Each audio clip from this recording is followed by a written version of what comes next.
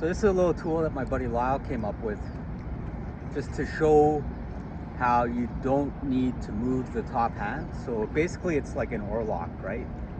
Now when I put my elbow in to the side and on my ribs, it gives me a firm platform, and this is to show what's going on.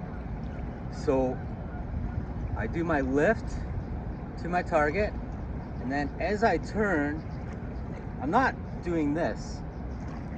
I'm just keeping tension on the line. So I am pushing the bottom hand, but I'm not pushing the rod tip around. I'm just keeping the rod tip bent as I turn.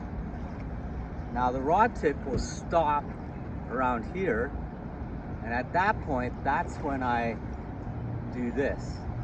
Now this hand never does this. All it does is go up and down from this position here. So with the oar lock,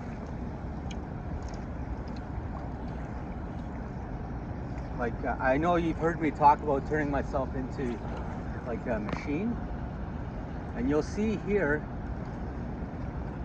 if I do that without moving that top hand, that anchor lands perfectly every time, right where I want it. So the whole idea behind not moving the top hand, if I move the top hand even this little bit, it's no longer my fulcrum point.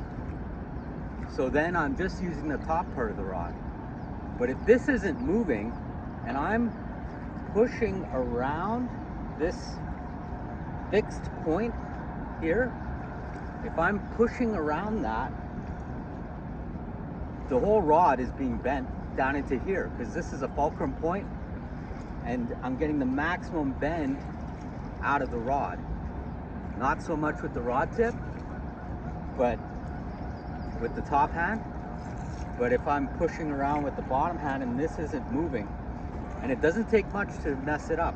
I was holding the rod out front here with my elbow away from my ribs, and I wasn't getting the same result because I had a tendency to pull just a little bit. But if I stay here fixed, it's just so much more efficient.